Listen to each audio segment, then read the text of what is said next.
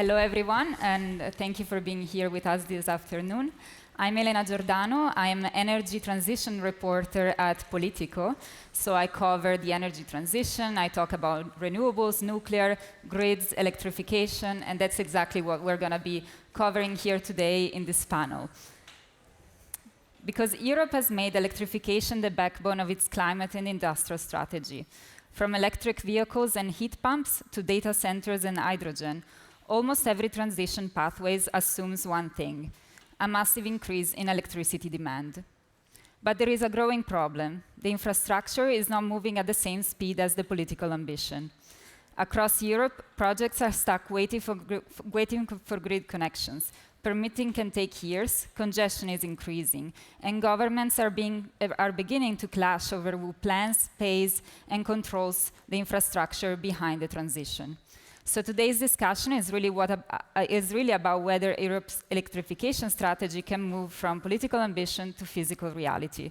And we have a great panel to discuss this here today. I want to welcome Eugene Baines, Customer Manager at TenneT. Welcome. Thanks. I want to welcome Tom House, a Special Advisor to Director Lukasz Koliński for the Green Energy Transition and Energy Market Integration at DG Ener. Welcome. Thank you. And Raluca Marian, Director for EU Advocacy and General Delegate at the International Road Transport Union. And later today, we will also hear at some point during the discussion from Sophie Eriksson, the Swedish MEP. She will have a video and with a question, so we will play that at some point during the panel. I would like to first start with you, Tom, if that's okay. I want to really start by what the Commission has been doing so far. So the Commission has really made electrification central to Europe's climate, industrial, and competitiveness agenda. We have seen it through the grids package that it presented back in December, with the upcoming electrification action plan, and with the Accelerate EU measures that it presented in April. But when we look at the reality on the ground, we see problems with congestion, delays, permitting, and high electricity prices. So I would like to know from you, how can Europe actually achieve the infrastructure and the governance model that it needs to electrify at the speed that it wants? Well, you've listed the large number of initiatives that the Commission has launched, and either being already adopted by member states or being discussed with member states. And all of those are geared at making energy more affordable, whether it's looking at market and market design, the structure and what's contained in tariffs, the price signals those tariffs give, connection regimes for grids, and the planning and the investment in the grids themselves. There's a lot of initiatives out there. Yeah. From our perspective, the sooner we can fully implement everything that's either on the books already or agree the new legislation, then that will give the right foundation for an acceleration in the investment and all the things we need to do to make the market and the electricity system work more efficiently, lower costs and lower prices. When we talk about the grids, we know that the continent's grids is one of the oldest globally, and around 40% of Europe's current grids is more than 40 years old. So we are almost a decade away, let's say, for this grid to run the end of its life cycle. Aren't we coming a bit too late when it comes to the idea of modernizing the grids, the European grids? Well, in a sense, you're right. We should have been investing more and faster for the last decades. Mm-hmm. But in that sense, we're not so much older than the States, for instance, to take a comparison. Their network is pretty old as well, and their network is much less reliable than ours. We have really the most robust and reliable grid in the world. But it is getting older. So you're right that we need to make the investments just to modernize and maintain, as well as expand for the increased electrification we are expecting to happen. So there's a lot of investments needed. We put the number at something like 660 billion a year, at both transmission and distribution. So yes, that investment needs to happen. We think we're creating the right environment for that to happen. Mm-hmm. When you mean creating the right environment, what do you mean exactly? In terms of lowering costs wherever we can, looking at what's contained in the network tariffs and making sure that they only reflect grid costs and grid use costs, altering the taxation regime so that there's not a perverse incentive to use electricity, making sure that the planning system is functioning better. There's a planning dimension in the grids package where we want to ensure a clearer European dimension to planning, because you've got to take into account now that what's going on at the distribution level, the smartness of grids, the bidirectional flows of information and data. It's become a lot more complex, and we need to make sure that there's more interconnectivity across member states. That requires more of a bird's eye view, and that's another dimension we want to bring. Okay, thank you very much for this overview. I want to go over to you, Eugene, because as a grid operator, you're dealing with the physical and political reality every day on the ground. So I really want to understand from your perspective, do you think Europe is underestimating how difficult and costly it is to make this massive scale up and modernization of the grid? And what are the biggest bottlenecks and the biggest constraints that you see daily in your job? It's definitely from a Dutch perspective. I'm from the Dutch transmission system operator, so we're managing the high grid voltage of the high voltage grids, and I do see that it's the energy transition is going much faster than the pace that we can cope with the capacity of our grid, and it's a crisis in slow motion, because you don't get confronted every day, but you know already, if you look into the future, that it's going to be there. And I guess that it's going to be in much more countries than only the Netherlands. So we are only ahead of the rest and not worse than the rest, I would say. And we do bench on two pillars. One is speed up the grid reinforcement and the expansion in the grid investments, but projects are really going slow because of permitting, because of nitrogen limits that we have. And the other aspect is make better use of the grid, so grid enhancing technologies to improve the grid, and also find all the residual space within the grid, define new products, and sell those products so that we can maximize the use of the existing grid.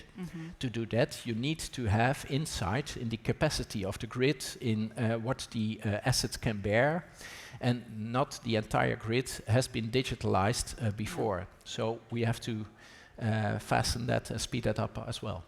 And when you speak about the Netherlands being somehow in advance compared to other countries, I was hearing you before talking briefly to Tom behind the scenes. How do you communicate that when you meet with other TSOs? Like, do you how you compare each other? How do you either like you help each other to modernize? We do, and we try to warn people that it will happen to them as well. But the Netherlands is a really gas-oriented country, so it's already different to France, which was already more electricity-based. But we've got discussions not only with European TSOs, but also with international outside Europe TSOs, because they all want to learn and know what the tricks or the lessons learned are that we already coped with. Yeah. And what are some of those lessons learned that you can get data insight? What is happening in your grid, also in the DSO grids, and those are different parties, and you need to start speaking the same language. We started a platform to trade flexibility, so that we can input all the flexibility contracts there, and cross-wise manage them and use them as well. Okay. And Raluca, I would like to come to you. Your sector, you represent the transport sector, and it's one of the sectors that is the most under enormous pressure to electrify and the fastest. So I would like to understand a bit your perspective on how big do you think the gap is between the political ambition for Europe to electrify and what is actually the infrastructure that is actually available on the ground? First of all, I would like to express my appreciation for having this topic today, because often when we talk about transport decarbonization, the focus is on the alternative fuel infrastructure, so just the infrastructure on the ground, whilst of course the true bottleneck, there are bottlenecks also in the infrastructure, but a big bottleneck is in the grid. So that's just to start with. Now, we heard what the European Commission is doing, or the EU is trying to do with legislative proposals and planning. We hear from the grid operators, but from a transport operator perspective, a transport operator who has to charge trucks or buses or coaches, there are three main elements that have to happen in order for this operation to take place. First, they need the permitting. Okay, so they need the permitting in order to get it. Then they need the connection. That's connecting to the permitting, because you can have a permitting by wait for a long time to actually get the connection. So, but I would put them together. So permitting and connection. Then there is, they need to know that there is a stable output, so that they know how powerful, how much power they get from the grid. And this is very, very important for operational planning, because if I plan charging a truck, let's say in 1 hour, and then in the end it ends up charging in 3 hours, then my whole planning for the day is being disrupted. And then is also stability of the prices, or predictability on the prices. So these are the three main elements. Now, if we look at what we have until now on a EU, from the EU, so what has been done until now, a lot of efforts, and we do appreciate that, and we know it's not easy, and we know there is limitation of EU competence, but what we asked for from the very beginning, we have an alternative fuel infrastructure directive. Why don't we have one for the grid? Because you need to fill in all the dots. So we have alternative fuel infrastructure directive. Now it becomes a regulation, or even a regulation now, yeah? So we need one for the grid. We don't have that yet. So we don't have targets on member states to make it happen. That doesn't exist yet, similarly and symmetrically to what we have in the alternative fuel infrastructure. Then on the permitting, we do see some good initiative in the Commission's proposal, in the grid package, but we'll see. So first of all, we need it adopted, so we'll see how this develops. But in stability of the output, on the stability of the output and predictability of the pricing, we also don't see anything happening. And why is this so important for us? I gave you an example, and that was example charging 1 hour instead of 3 hours, but I spoke also about costs. And why does it matter?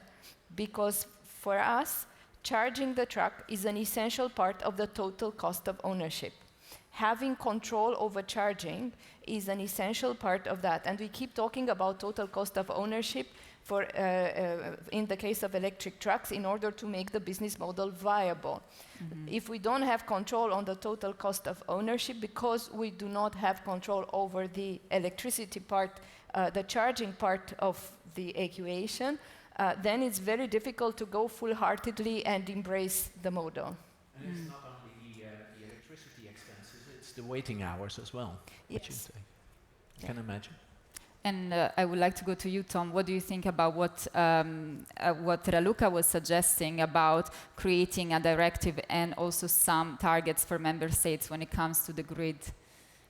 Well, I think partly we are doing so, but partly they're different. In a sense, bringing in the electricity sector into the transport sector was a novelty, and that's why we've got a separate infrastructure regime, whereas the core electricity system has been there for more than 100 years, and we have system operators whose key focus is ensuring the adequacy and security of that grid, and we have a lot of mechanisms in place already, whether it's the 10-year planning network, planning regime, the adequacy assessments, which get done every season. So there's already an institutional infrastructure to make sure that the electricity grid is assessed and reviewed and adequate. Yeah. So in that sense, it's already there. Okay. And when it comes to other more politicized aspect of the grids package, obviously there is a lot. It's still under consultations, both at council and parliament level. But one of the most politicized aspect of the package presented by the Commission is the idea of a centralized scenario. So the idea that somehow coordination needs to come more from the Commission, or needs to have a more top-down approach to enhance cooperation among TSOs and improve the coordination in general. But obviously this idea has been highly criticized from member states and TSOs who so far had control over the grid planning, and they think they are the best place to know the specificities of the grid in their country.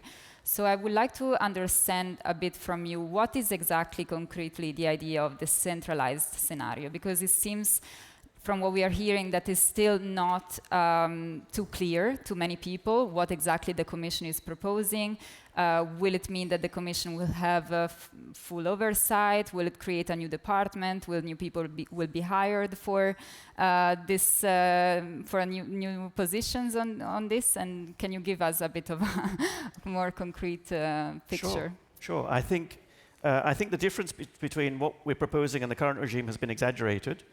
I think our starting point is that the current regime is good, but it's not actually adequate for where we need to go to. And we think the extreme cases of the Netherlands demonstrate that the need to bring in all the different things that are happening across different energy sectors. It took us how long to get a common scenario from the gas sector and 10-year gas plan and the electricity plan, and bringing those together so that we know what's going on across there. That took just too long. Okay. We've now got to do that with hydrogen networks as well, and CCUS networks, and bring in all the complexities and digitalization of the way the distribution sector is now operating with the transition sector. So there are many more moving parts there than there used to be, and the current system isn't capable of delivering that. We do think that the role of ACER and the Commission could be to make sure that there is a broader perspective, so that there is more coherence. It inevitably needs the national players to carry on with their roles, providing the data and putting their expert input into that planning. But we do think there's a European dimension that's currently missing, which we would bring. How, in which way will you bring this dimension? There will be somehow new people hired to coordinate, or people already within the Commission, ACER, will be tasked with coordinating this?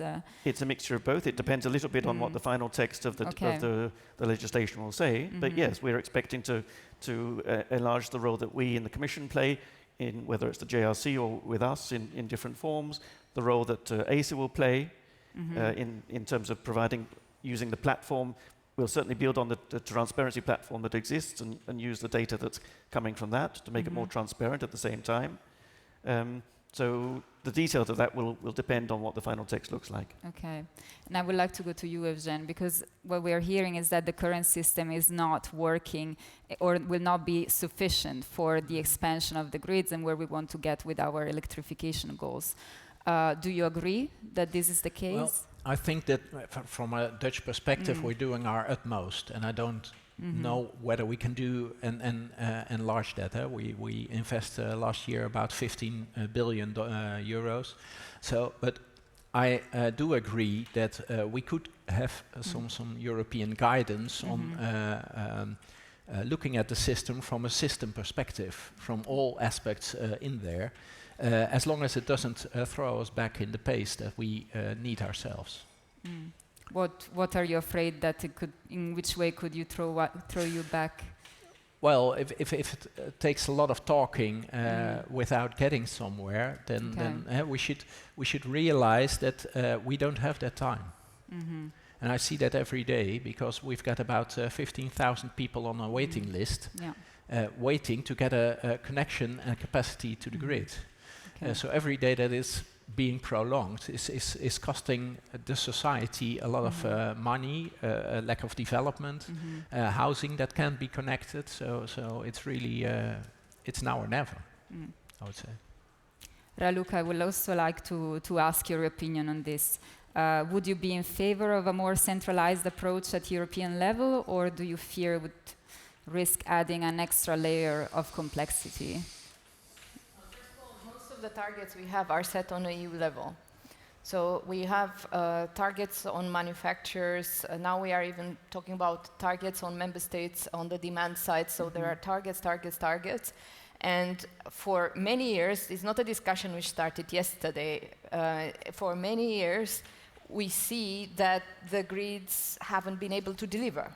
So something more has to be done. Now, what has to be done? At least we need to try something else. And if this something else means a more centralized approach from the Commission, a kind of a central planning, monitoring and being a little bit closer to the relevant actors to make things happen, then this is the next step.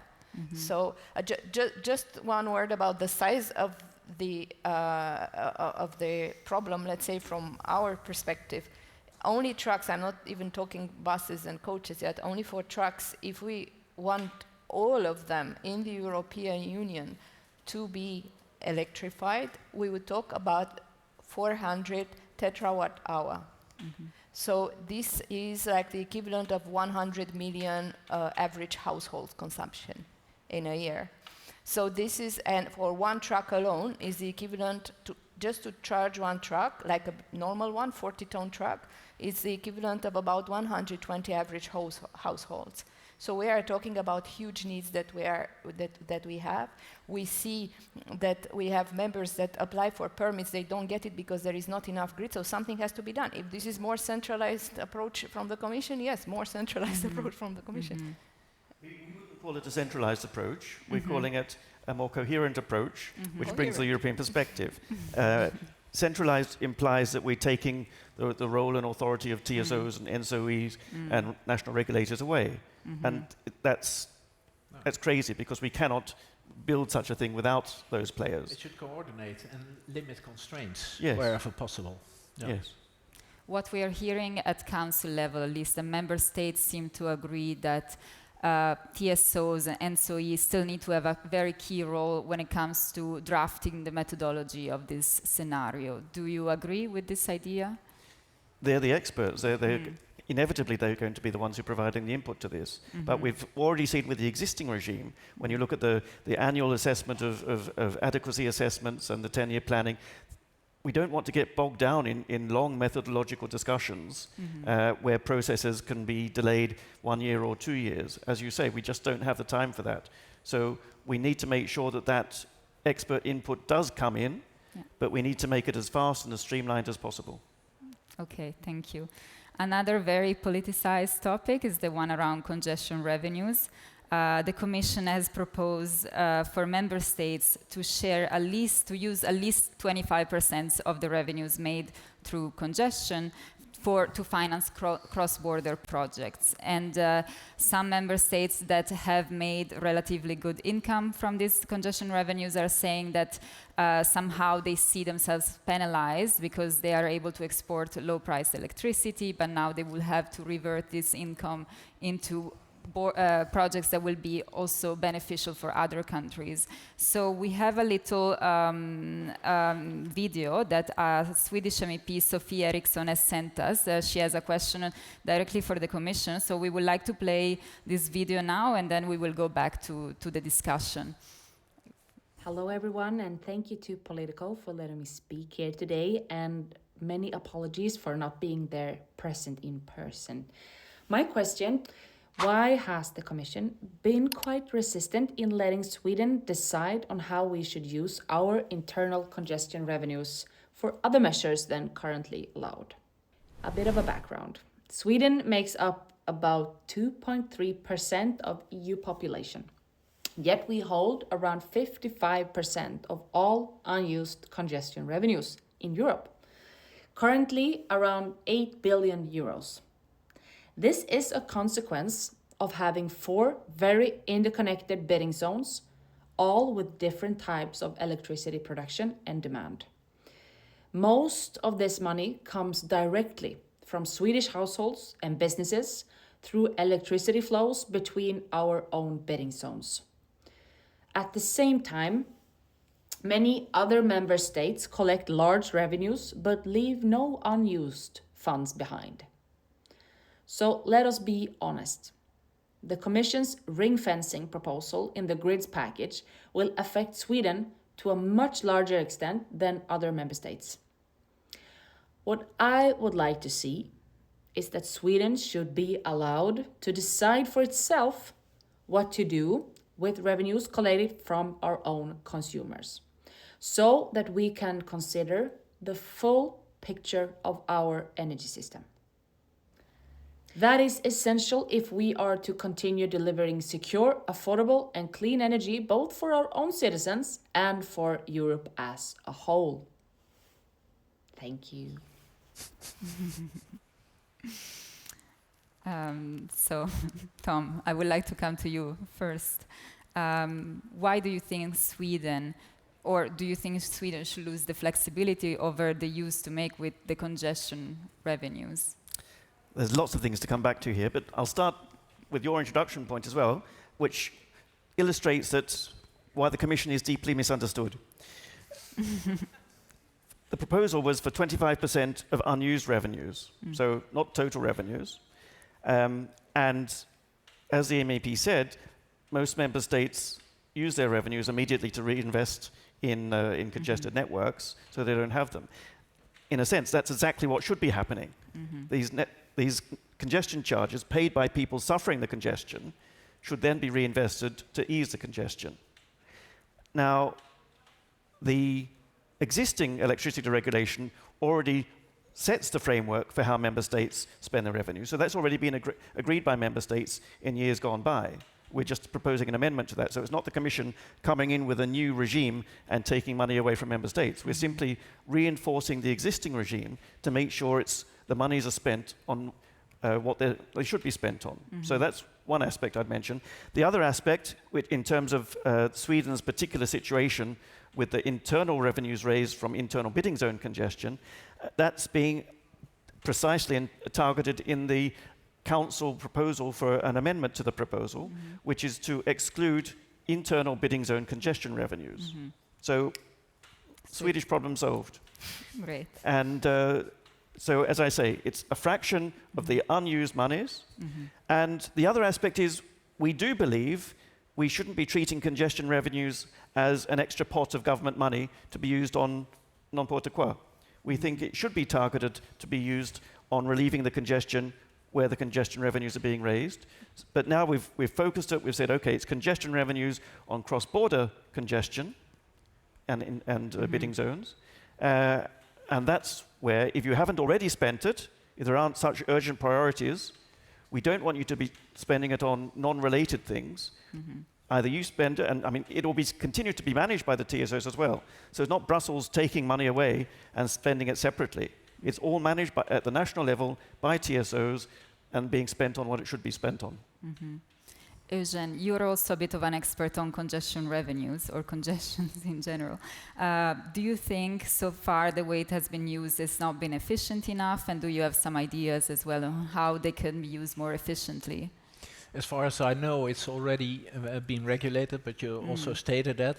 And it should be spent, as Tom just said, on the things that it's been originating from and solve it like that. And I know in the Netherlands, we do use it to either reinvest in the grid or to lower the expenses of the grid expenses and invoices in general, which are all part of the expenses to the grid. Yeah. And Raluca, I mean, these are very political debates, but ultimately they affect businesses and consumers through electricity prices. So is there a worry in your sector that the cost of congestion and grid expansion will increase and passed on by to end users? Our concerns don't go so technical and so far, so these discussions are now at this level, member states and the experts. But I can just say from our perspective something very simple. We've had this discussion about where money generated by one sector, where this money goes for. We have had this discussion for a very long time because our sector generates a lot of money to the economy. One of the sources being the road user charges. And we've been calling for decades to reinvest this money in road. It doesn't go to road, or very little to road. It goes to other modes, it goes to other things. Only now we see in the Netherlands that indeed they want money from the Eurovignette to be reinvested in the greening of transport, of road transport.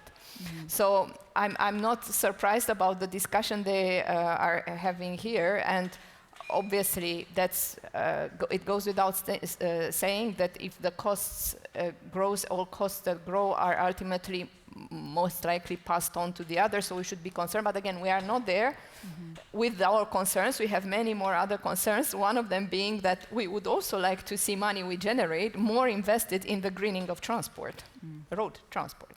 Thank you. In fact, I remember discussions of congestion charging in the transport sector. And there's always been exactly that same tension there. Exactly. And the argument continues to be the same. If there's a good case to spend the money on relieving the congestion, then we should be doing that. Thank you. I would like to shift we are running quite almost at the end of the panel, but I would like to shift away the focus a bit from the grids package and talk a bit about the electrification action plan, which the Commission is set to present in late July. We don't know so much about what's coming. We know it will include an ambitious electrification target, but maybe you can give us a bit more of a preview of what to expect in this upcoming plan that we have been waiting so patiently for. Absolutely. Well, I mean, we've been talking about the grids package to tackle one of the barriers to increasing electricity demand and electrification. We all know that from a security of supply perspective, from an environmental perspective, and increasingly from an affordability perspective, the more we can electrify, the better. So we've seen that's across the board, that seems to be agreed. Most member states sign up to that. And we see growing electrification around the world. China's the example where they've skyrocketed in recent years. So we see that as the future structure of the economy, much more electrification. And we've identified, and the action plan will set out, again, the barriers to that. Partly it's price, affordability. There are still perverse incentives to use fossil fuels and not to consume electricity. So the plan will come out at the same time as a recommendation on network charges and on taxation to alter that. But so the plan will set out how to address the different barriers and what action we can take in all three sectors, in transport, buildings, and in industry, to make it a more favorable environment for everyone to switch from fossil fuels to electricity. Okay, thank you. That's very interesting, and we'll be watching. I just have a last question for all of you. Maybe I'll start with you, Eugene. I just want to know if you had to step back a bit and describe where Europe stands today in its race toward electrification. What makes you confident and what actually keeps you awake at night? Well, what makes me confident is that we have proven to realize all the renewables and invest in it and make it technically happen. And what worries me is that we are already late, so that we shouldn't lose any time anywhere and speed up. Thank you. Tom, over to you. For me, what makes me confident is the fact that with growing number of fossil fuel crises, it's generally seeping into everybody in society that we do need to carry on with the energy transition and roll out the renewables and the electrification. So there isn't much dispute about the direction of travel or the destination. What's worrying is the speed and the need to accelerate. I think everybody needs to learn from the extreme case of the Netherlands and to anticipate it and follow the best practice of the Netherlands to make sure we get there, because there's still an acceleration needed. Okay. And Raluca, over to you. What gives me confidence is actually the crisis, the current fuels crisis we are experiencing in our sector, because it shows very clearly that there is no way back. So we need alternatives, we need to put distance from the fossil fuels, so we need to invest in the future, and there must be a way forward, because we can't stay where we are or go back. And what keeps me awake at night, I have the biggest critic of mine here in the audience, so I have to be very careful. I sleep very well at night. Okay, thank you very much. Thank you all the speakers for being here with us. That was a very interesting discussion. Thank you to all of you for following us. Now there will be a short break, and we'll be back at 3:50 p.m. for a policy session on the forever chemicals ban. Thank you.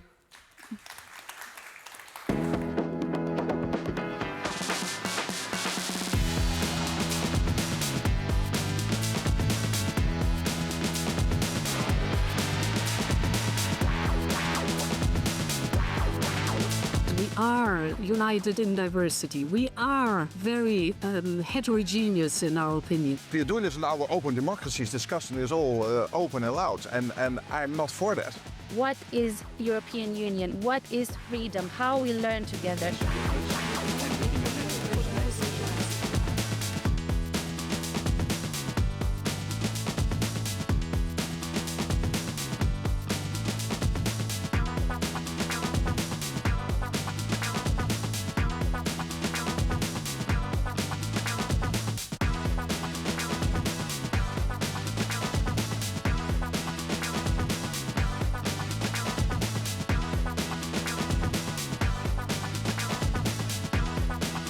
the obvious question is, what is the EU doing? What is our plan?